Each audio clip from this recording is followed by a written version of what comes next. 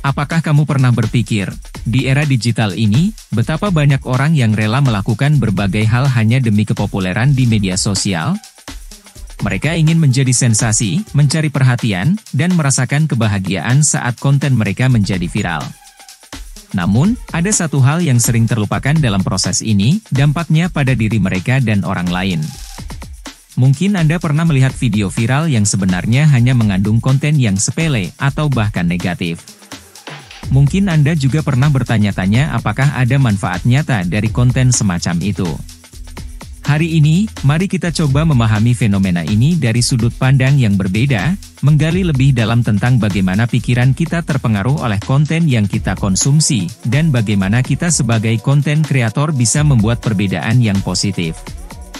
Mari kita mulai perjalanan ini dengan berbicara tentang kekuatan pikiran dan bagaimana kita bisa memanfaatkannya dalam kehidupan kita sehari-hari. Apa yang akan terjadi jika saya memberitahu Anda bahwa banyak konten kreator juga menggunakan teknik-teknik ini untuk mempengaruhi pikiran Anda? Mereka mungkin tidak menyadarinya, tetapi ada upaya sadar untuk membuat Anda terlibat lebih lama, mengklik lebih banyak, dan bahkan membeli lebih banyak produk atau layanan. Inilah yang kita sebut sebagai mind hacking dalam dunia konten kreator.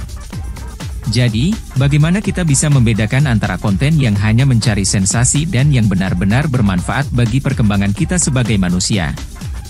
Bagaimana kita bisa menggunakan ilmu-ilmu ini untuk menciptakan konten yang tidak hanya viral tetapi juga bernilai positif? Pertama-tama, mari kita bicara tentang kesehatan mental.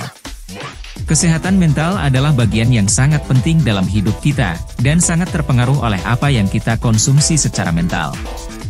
Konten yang syarat dengan drama, kebencian, atau negativitas dapat merusak kesehatan mental kita.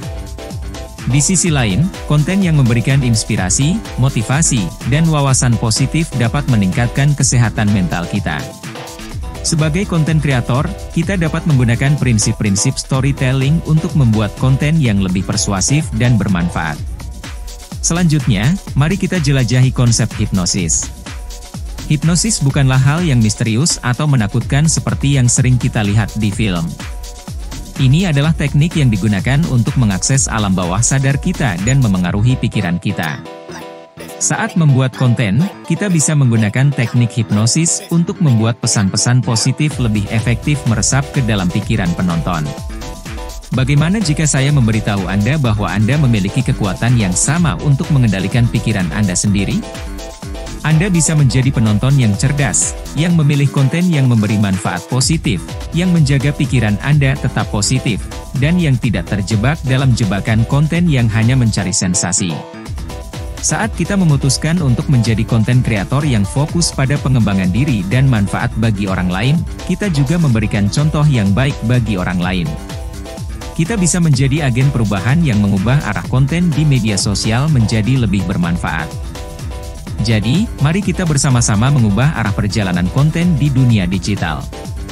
Mari kita pilih konten yang memberi manfaat bagi perkembangan sumber daya manusia di masa yang akan datang. Ingatlah, pikiran kita adalah alat yang luar biasa.